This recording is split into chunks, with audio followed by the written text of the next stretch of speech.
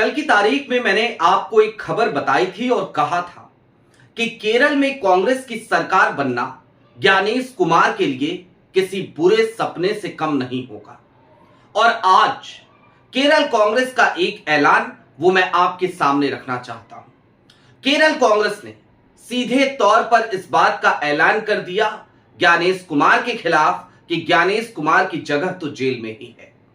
तो क्या वाकई में आज की तारीख में जिस तरीके से ज्ञानेश कुमार की कार्यशैली है, उसके बाद कांग्रेस पूरी तरीके से तैयार हो चली है कि ठीक है, जो अति करना है कर लो, लेकिन हम तुम्हें छोड़ेंगे नहीं। राहुल गांधी बार बार कहते हैं कि किसी को बख्शा नहीं जाएगा, किसी को छोड़ा नहीं जाएगा। दूसरी तरफ एक कानूनी लड़ाई की शुरुआत भी क्या समूचा विपक्ष करने जा रहा है, और खास तौर पर राहुल गांधी के एक बड़े सेनापति ये लड़ाई, इसका आगाज करेंगे, वो भी सुप्रीम कोर्ट में। कौन सी लड़ाई? वही लड़ाई जो अधूरी रह गई थी संसद भवन के भीतर ज्ञानेश कुमार के खिलाफ। सारी बातें जरा विस्तार से करने की और इसके हर पहलू को जरा बारीकी से समझने की जरूरत है। नमस्कार, मैं स्वप्निल और आप मुद्दा देख रहे हैं। दोस्तों, आगे बढ़ें उससे पहले वही छोटी सी अपील। मुद्दा इन दिनों एक गंभीर आर्थिक संकट से जूझ रहा है। एक तरफ हमारे मेन बैंक अकाउंट्स बीते लंबे समय से फ्रीज चल रहे हैं, तो दूसरी तरफ हमारे 2.5 साल पुराने चैनल को हमसे लंबे समय तक छीन कर रखा गया था, जिसकी वजह से रेवेन्यू पर एक बुरा असर पड़ा और आज की तारीख में मुद्दा को कई तरीके के आर्थिक संकटों का सामना करना पड़ता है। लिहाजा आपसे गुजारिश है, यदि आप चाहें तो स्क्रीन पर दिख रहे क्यूआर कोड या फिर के नीचे दिख रहे यूपीआई नंबर्स के जरिए मुद्दा की छोटी छोटी मदद जरूर कीजिएगा, ताकि हमारी बेबाकी यूं ही बरकरार रहे। अब आगे बढ़ते हैं, और जब आगे बढ़ें तो सबसे पहले तो मैं आपको केरल कांग्रेस का वो ऐलान ही दिखा देना चाहता हूं। आपकी स्क्रीन पर केरल कांग्रेस का एक ऐलान है। Gyanesh Kumar is able to all these crimes because BJP passed the CC Appointments Act in 2023, which gave complete criminal immunity for lifetime for the 3 election commissioners. Congress will come to power and amend the act and put Gyanesh behind bars for the crimes he did against the nation. We will never let him escape the punishment. Kudos to the observer Anurag Yadav for showing courage and standing up to this criminal. Wish the complicated media had 1% of the courage that Anurag had. कौन है अनुराग? आप सब जानते हैं, Anurag Yadav UP cadre के एक IAS अधिकारी, और उनकी एक बहस हुई थी। उसी खबर को शेयर करते हुए केरल कांग्रेस ने सीधे तौर पर इस जंग का ऐलान किया। और केरल कांग्रेस ये ऐलान कर रही है तो 2006 वाला वो किस्सा आज एक बार फिर आपके सामने रखना जरूरी है, जिसकी वजह से गिरफ्तारी की तलवार कभी भी लटक सकती है ज्ञानेश कुमार के ऊपर। उसके लिए बिल को अमेंड करने की भी कोई जरूरत नहीं पड़ेगी कांग्रेस को। लेकिन उससे आगे जरा यह भी समझ लिया जाए पहले कि यह कानूनी लड़ाई वाला मसला क्या है।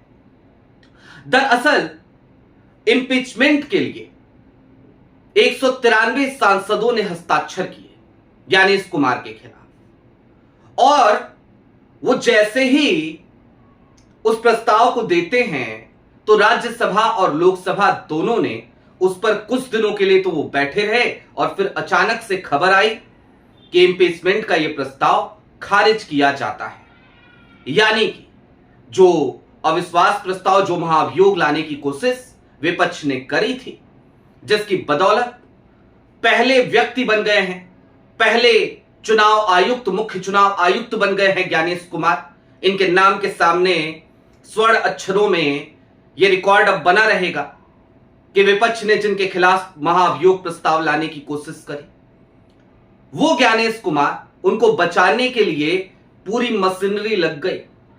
इधर उपराष्ट्रपति ने, जो राज्यसभा के पदेन सभापति हैं, उन्होंने रिजेक्ट किया, उधर ओम बिरला साहब ने रिजेक्ट किया।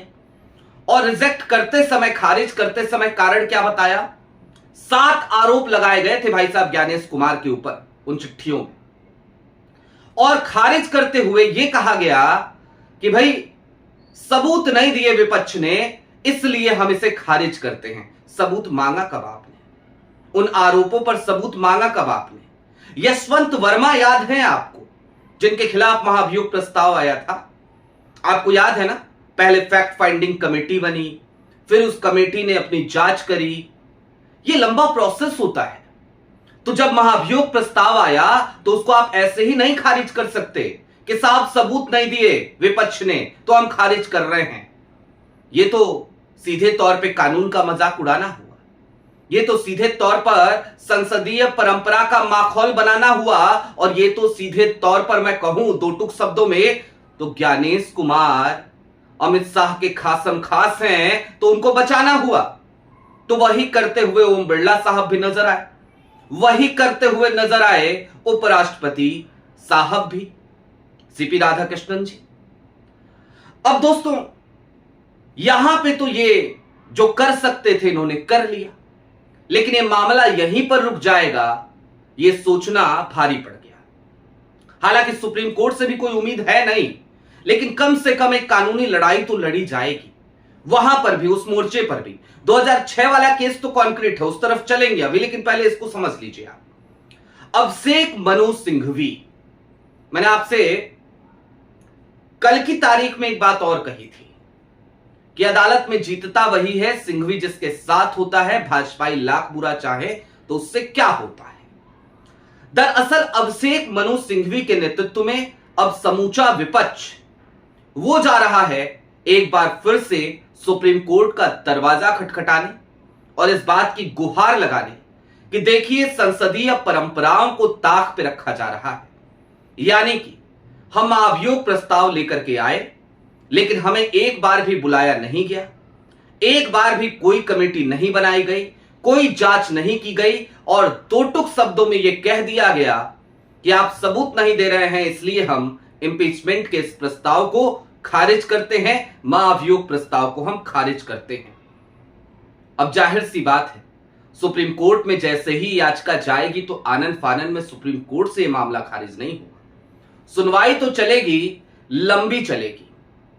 हालांकि अब जरा उस इम्यूनिटी की तरफ भी आ जाइए जिसका जिक्र केरल कांग्रेस की एक पोस्ट में भी था, जिसको अमेंड करने की बात भी केरल कांग्रेस ने करी है। दरअसल ये इम्यूनिटी जो 2023 में संशोधन करके चुनाव आयुक्तों को दी गई, जिसमें मुख्य चुनाव आयुक्त हैं और 2 चुनाव आयुक्त हैं, इसके तहत इन्हें इम्यूनिटी है। लेकिन किस चीज से है ये समझिए, इनके खिलाफ इनके पद पे रहते हुए किसी भी काम की वजह से, जब ये चुनाव आयुक्त हैं उसकी वजह से, जिस वक्त पे ये चुनाव आयुक्त या मुख्य चुनाव आयुक्त के पद पे, अगर वो कोई भी ऐसा काम करते हैं जो गलत है कानूनी रूप से, उसके बावजूद उन्हें इम्यूनिटी है कि उनके खिलाफ कहीं पर कोई मुकदमा दर्ज नहीं किया जा सकता, उनके खिलाफ कोई भी केस नहीं दर्ज हो सकता, उनको सजा नहीं दी जा सकती। और इसी इम्यूनिटी का जिक्र बार बार किया जाता है कि ज्ञानेश कुमार को एक अभेद कवच दे दिया है। लेकिन यह अभेद कवच ज्ञानेश कुमार के पास हालिया दिनों में आया है, जब ये कोऑपरेटिव सेक्रेटरी के पद से रिटायर हुए उसके बाद आया है। उसके बाद इन्होंने इलेक्शन कमीशन में चुनाव आयुक्त की जिम्मेदारी संभाली है और आज देश के मुख्य चुनाव आयुक्त हैं। उससे पहले के कार्यों के लिए इनके पास इम्यूनिटी नहीं है। और एक और बात आपको मैं याद दिला देना चाहता हूं, दरअसल पूरे देश में आज की तारीख में अमित शाह जी जहां भी जा रहे हैं तो कह रहे हैं ना, एक शब्द अक्सर गूंजा करता है, यूनिफॉर्म सिविल कोड।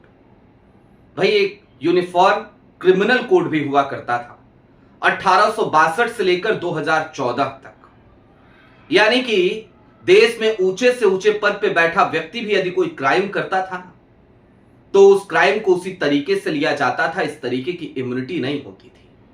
जाहिर सी बात है 2014 के बाद स्थितियां बदली, परिस्थितियां बदली, लोगों को इम्यूनिटी देने की जरूरत पड़ गई ताकि लोगों के हाथ खुले रह सके कोई भी वो काम करने के लिए जिसमें सत्ताधारी दल का तो फायदा हो। और उसी का नतीजा है 2023 वाला वो संशोधन भी। लेकिन 2006 का जो केस है वो केस इन तमाम मामलों से बिल्कुल अलग है।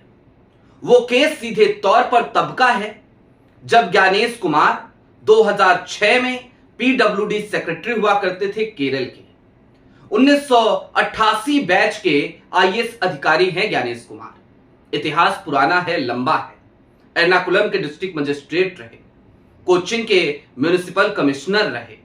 इसके अलावा अलग अलग जगहों पे कई जिम्मेदारियां संभाली हैं ज्ञानेश कुमार ने। लेकिन आज की तारीख में आप ज्ञानेश कुमार के हिस्ट्री को सर्च करने जाइएगा तो आपको पता चलेगा कि 2007 के बाद से ही उनकी हिस्ट्री अधिकतर जगहों पे मिल पाती है, बाकी सब कुछ डिलीट किया जा चुका है। सारी कंट्रोवर्सी आप जरा सोचिए, 1988 के आईएएस अफसर का इतिहास 2007 से ही मिल पाता है, उससे पहले का पूरा इतिहास ही गायब है। क्यों गायब है भैया, यह सवाल क्यों ना किया जाए। खैर, इतिहास गायब हो तो भी क्या होता है, फाइलें तो हैं ही। और एक फाइल ऐसी ही 2006 की वो फाइल भी है जिसमें मलेशियन कॉन्ट्रैक्टर ने ज्ञानेश कुमार का बकायदा अपनी आखिरी चिट्ठी में नाम लिखते हुए करप्शन के आरोप लगाए थे और कहा था कि मैं अपनी जान दे रहा हूं तो उसके पीछे वो प्रेशर है घूस देने का, रिश्वत देने का, और मुझसे रिश्वत मांगी जा रही है उस काम के लिए जो काम मैंने केरल सरकार के ज्वाइंट वेंचर के तहत किया, जिसमें मैंने क्वालिटी को ध्यान दिया, मैंने एक अच्छा रोड बनाया, ऑल वेदर रोड प्रोजेक्ट किया, और उसके बावजूद मुझे पैसे नहीं दिए जा रहे। पैसे देने से पहले मुझसे रिश्वत मांगी जा रही है, मुझसे कमीशन मांगा जा रहा है। मलेशियन कॉन्ट्रैक्टर लीसे बेन 2006 में अपने देश में यानी कि मलेशिया में अपनी गाड़ी लेकर अपने घर से निकलते हैं, एक चिट्ठी अपनी जेब में रखते हैं और एक पेड़ पर लटक जाते हैं, अपनी जान दे देते हैं। वो मलेशियन कॉन्ट्रैक्टर का परिवार आज तक न्याय की उम्मीद लगा के बैठा होगा क्या? जाहिर सी बात है उसकी उम्मीद तो टूट चुकी होगी। मैं सिर्फ ज्ञानेश कुमार का जिक्र नहीं कर रहा यहां, जरा सोचिए कितना दुर्भाग्यपूर्ण है। उन्होंने बहुत सारे लोगों का नाम लिखा था, बहुत सारी बातें लिखी थी, पूरे प्रेशर का जिक्र उस चिट्ठी में था, ऐसा मीडिया रिपोर्ट्स में छपा है उस समय के। उसके बावजूद हुआ क्या? आनन फानन में एक एक्शन हुआ और वो एक्शन किसी और पे नहीं हुआ, ज्ञानेश कुमार जी के ऊपर ही हुआ, ये भी आपको बता दूं। यानी कि सबसे पहले अगर किसी पर एक्शन हुआ इस मामले में तो वो ज्ञानेश कुमार ही थे जो नपे थे 2006 में। इनको तत्कालिक तौर पर वहां से ट्रांसफर कर दिया गया था तुरंत आनंद फानन में। इस मामले के बाद सबसे पहली गाज इनके ऊपर गिरी थी। लेकिन उसके बाद 2007 में कांग्रेस की सरकार थी भाई, कांग्रेस को आदत रही है आस्तीन में सांप पालने की, तो कांग्रेस ने ही पुष्पित पल्लवित किया है, ये भी आप याद रखें। तो ज्ञानेश कुमार को डेपुटेशन पे केरला काडर से दिल्ली लाया जाता है और उसके बाद ये यहां पर धीरे धीरे सफलता की सीढ़ियों को चढ़ते हैं। डिफेंस मिनिस्ट्री में सेक्रेटरी बनते हैं, ज्वाइंट सेक्रेटरी बनते हैं, 2012 तक वहां रहते हैं। 2014 में उसके बाद तो इनकी खूब धीरे धीरे तरक्की हुई है, आप सबको पता है। लेकिन हां, केरल कांग्रेस का ये रुख और ये ऐलान ये बताने के लिए काफी है कि ज्ञानेश जी को बख्शने के मूड में कम से कम कांग्रेस तो नहीं है। और सिर्फ कांग्रेस नहीं, समूचा विपक्ष आज की तारीख में ज्ञानेश कुमार के खिलाफ जिस तरीके से खड़ा है वो इस बात की तस्दीक करता है कि केरल में अगर कांग्रेस की जीत हुई तो ज्ञानेश कुमार के लिए ये एक बुरा सपना ही होगा। आपकी क्या राय है वो हमें कमेंट बॉक्स में जरूर बताइएगा। अभी के लिए दीजिए इजाजत। चलते चलते फिर वही अपील, चैनल पे नए हो तो सब्सक्राइब करते हुए जाइएगा, सक्षम हो तो मुद्दा की छोटी छोटी मदद जरूर कीजिएगा। बहुत शुक्रिया।